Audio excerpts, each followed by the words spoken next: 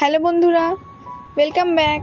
আজকের এই ভিডিওতে আমি তোমাদের একদম ডিটেইল প্রসেসে বোঝাবো কি জাজ কিভাবে হওয়া যায়, মানে জাজকে কি বলে আর তার কাজ কি, জাজ হওয়ার ফুল প্রসেস, কোন এক্সাম দিতে হবে, কি এডুকেশন কোয়ালিফিকেশন তোমার দরকার হবে, জাজের পাওয়ার কত, স্যালারি কত আর কি কি বেনিফিটস পাওয়া যায়। একটাও পয়েন্ট মিস করবো না। তাই তুমি যদি নিজেকে একদিন জাজের সিটে বসে থাকতে দেখতে চাও তাহলে এই ভিডিওটা শেষ পর্যন্ত দেখতে থাকো। চলো দেরি না করে শুরু করা যাক। তুমি জেনে নি জাজকে বাংলায় কি বলে এবং তার কি কাজ। বন্ধুরা, বাংলায় জাজকে বিচারক বলা হয়। জাজের কাজ হলো কোনো কেসের শেষ ডিসিশন দেওয়া এবং কনস্টিটিউশনকে ফলো করে তার ন্যায় শোনানো। জাজ প্রথমে দুই পার্টির বক্তব্য শোনে এবং যারা সাক্ষী থাকে তাদেরও বক্তব্য শোনে, আর যে যে প্রমাণ থাকে সেগুলো চেক করেন। তারপর সবগুলো সাক্ষীর প্রমাণের সাথে মিলিয়ে দোষীকে শাস্তি দেন এবং নির্দোষকে ছেড়ে দেন, সবটা বিচার করার পর। জাজ সিভিল আর ক্রিমিনাল দুই ধরনের কেসই হিয়ারিং করে থাকেন। তো সিভিল কেস মানে হলো দেওয়ানি মামলা আর ক্রিমিনাল কেস হলো ফৌজদারি মামলা। এখন তুমি ক্লিয়ার যে জাজকে কি বলে আর তার কাজ কি। এবার চলুন দেখি জাজ হওয়ার স্টেপ বাই স্টেপ প্রসেস দেখি। জাজ হওয়ার কি প্রসেস? জাজ হতে হলে প্রথমে তোমাকে এলএলবি কোর্স করতে হবে, কারণ এখানে লয়ের পড়াশোনা হয়। তাই এলএলবি কোর্স তুমি 12-এ পরও করতে পারো, আবার গ্র্যাজুয়েশনে পরও করতে পারো। যদি 12-এর পর এলএলবি কোর্স করতে চাও তাহলে কোর্সটা হবে 5 ইয়ার্সে, আর যদি তুমি গ্র্যাজুয়েশনে পর করতে চাও তাহলে কোর্সটা হবে 3 ইয়ার্সে।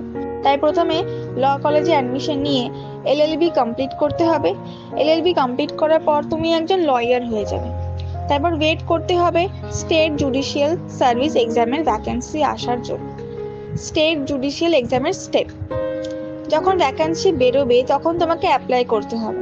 এই এক্সামের মাধ্যমেই জাজদের নিয়োগ করা হয়। এক্সামটা 3টি স্টেপে হয়ে থাকে। First step pre exam.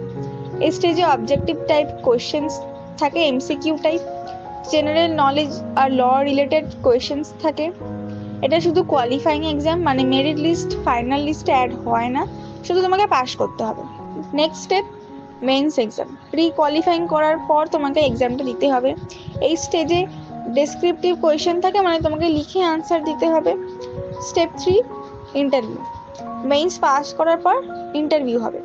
এখানে তোমাকে কোয়েশ্চেন্স করা হবে, সাথে সাথে চেক করা হবে তোমাদের personality, communication skills, speaking ability, thought process এবং কনফিডেন্স। এবার আসি merit list and selection.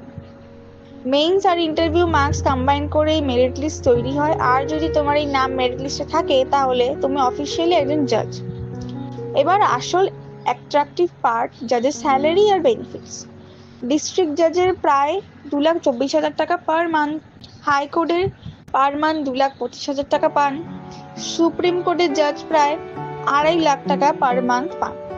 Benefits কি? থাকার জন্য ঘর দেওয়া হয়, আসা যাওয়ার জন্য গাড়ি দেওয়া হয়, আরো অনেক ধরনের ফ্যাসিলিটিস প্রোভাইড করা হয়। সো বন্ধুরা, এখন তুমি ভালো করেই জেনে গেছো যে জাজ হওয়ার কি কি process, qualification, exam steps, salary আর বেনিফিটস কি। তুমি যদি ইচ্ছা হয় নিজের হার্ডওয়ার্ক আর ডেডিকেশন দিয়ে তুমি একদিন নিশ্চয়ই একজন বিচারক হতে পারবে। তাই দেরি না করে নিজের ইচ্ছার দিকে এগিয়ে চলো।